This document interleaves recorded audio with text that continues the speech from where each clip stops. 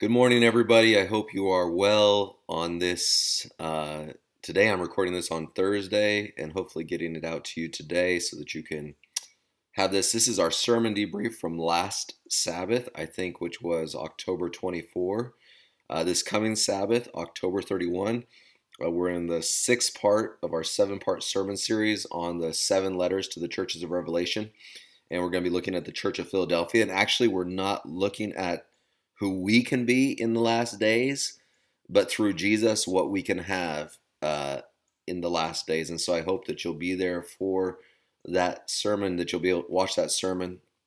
But I want to debrief on last week's sermon, which was to the church in Sardis, the letter to the church in Sardis.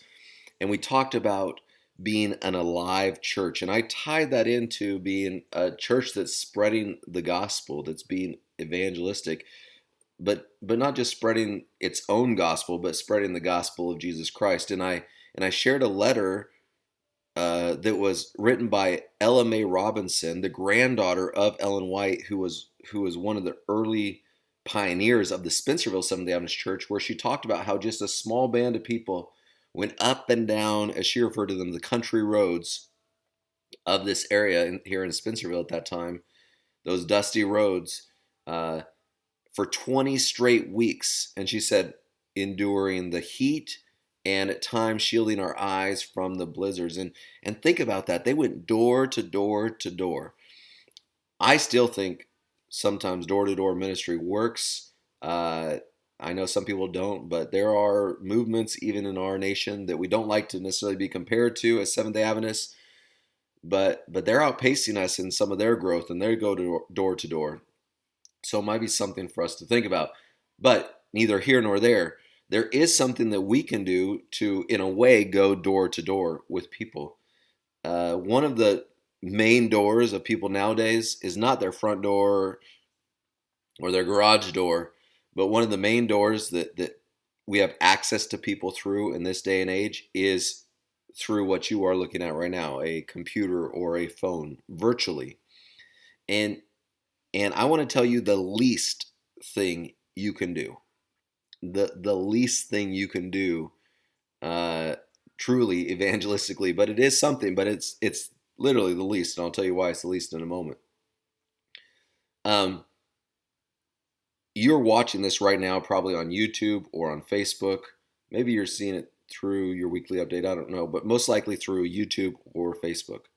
Did you know that the way that these companies build their programs is through algorithms, and these algorithms are set up that the more of you that like something, so if you hit like or if you share something, then they also make it more popular in their setting and they share it more broadly.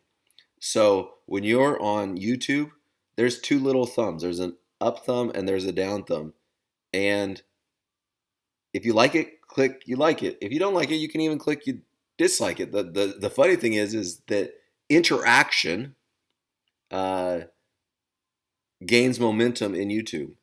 So when we preach a message, don't just say, "Oh, that was nice. I like that," or "I wish my friends would hear that." Hit like, because that spreads it out farther. The other thing is if you have a thought or a comment about a sermon, there's a comment box in YouTube. There's comment boxes, of course, in Facebook, and you can comment on those things.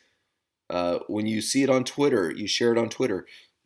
The point is you're going door to door in a way when you just do literally the least difficult thing ever and hit like on the YouTube page, the thumbs up on the YouTube page, or the like button on Facebook.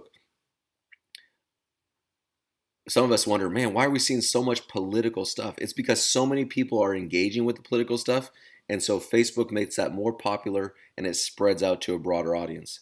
If we were to do the same thing with the messages that we are sharing, if we were to do the same things with Christian material, that would help spread that more as well. So I want to encourage you, this is literally the least thing that we can do is hit like or share and watch how that message can grow. On YouTube too, you can hit the share button and you can then share it on your Twitter, or you can share it on your Facebook, or you can share it through various other means. And that really will help increase the traffic. It'll increase the expansion of of our engagement. There's this lady by the name of Chili.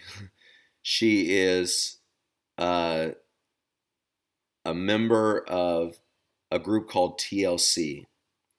They used to sing like a song called Waterfalls and I Don't Want No Scrub.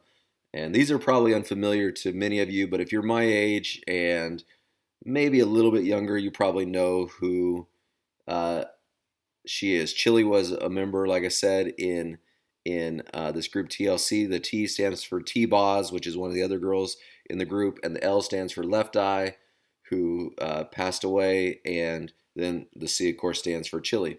Well, I don't know if you know this about Chili, but Chili has become a Seventh-day Adventist, and she follows Doug Batchelor.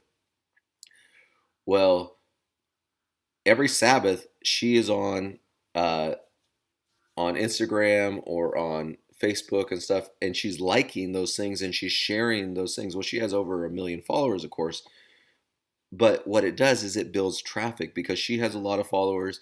Then she likes something, and so then more and more people are seeing that. I would say for the same for us, folks.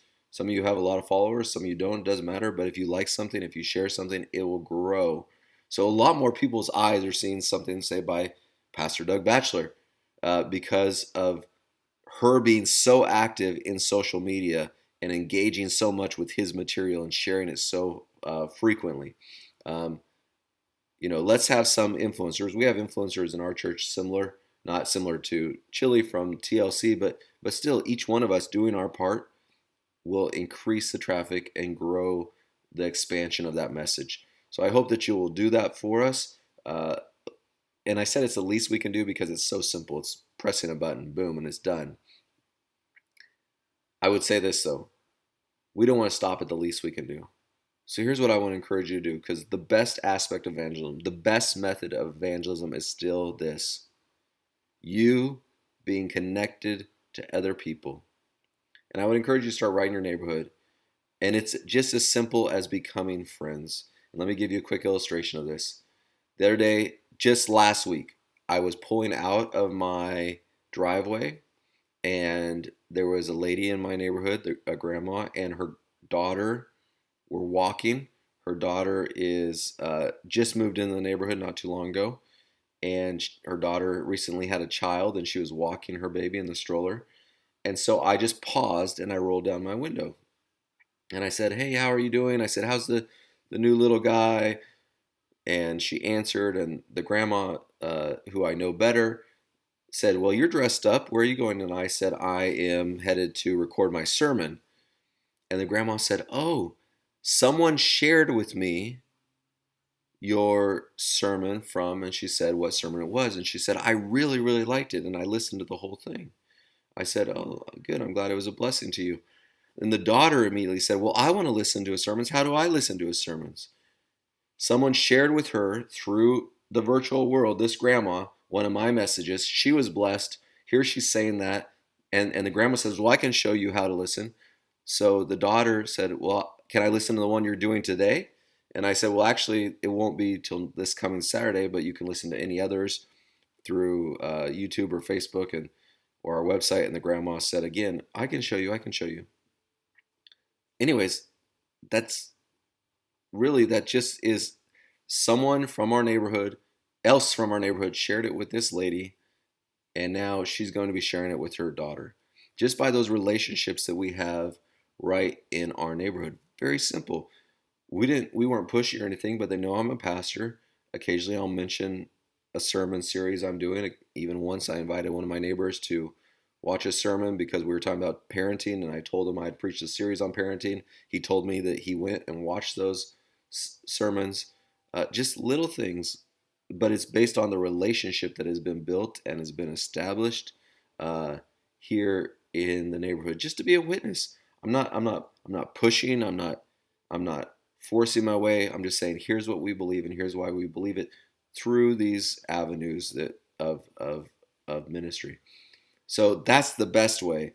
is make friends with people. Make friends with people that maybe aren't exactly like you. Make friends with people that live around you. Make friends with people that work with you, especially if you work in a in a secular environment. And then share with them. You can share our stuff, but even better would be is if when they ask you a question, you give them an answer and share with them why you have the faith that you have. As the Bible says, always be prepared to give an answer for why we have the faith that we have. So I'd encourage you to do that. As I prepare to sign off, I want to say that I am wearing this hat today.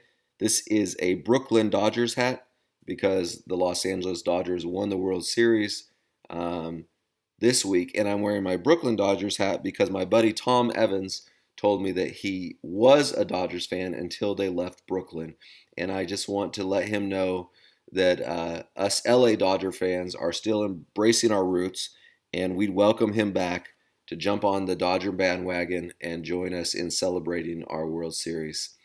But anyways, I hope all of you are well, and I hope you'll join us this Sabbath. And this Sabbath, when you're watching the sermon to Philadelphia, don't forget to hit the thumbs up on YouTube, the share on YouTube, or the like and the share on Facebook. This really helps us. And don't forget to comment. If you have a thought, comment. Oh, I like what Pastor Chad said there. I don't know if I liked what Pastor Chad said there. Engagement builds the traffic, okay? So please do that. It is really the least thing that we can do to still go door to door, but God's given us another means to go door to door through this virtual world. So I hope that you'll do that. All right, I love you all, and I hope that you stay dry in this very, very rainy day. God bless you. Bye-bye.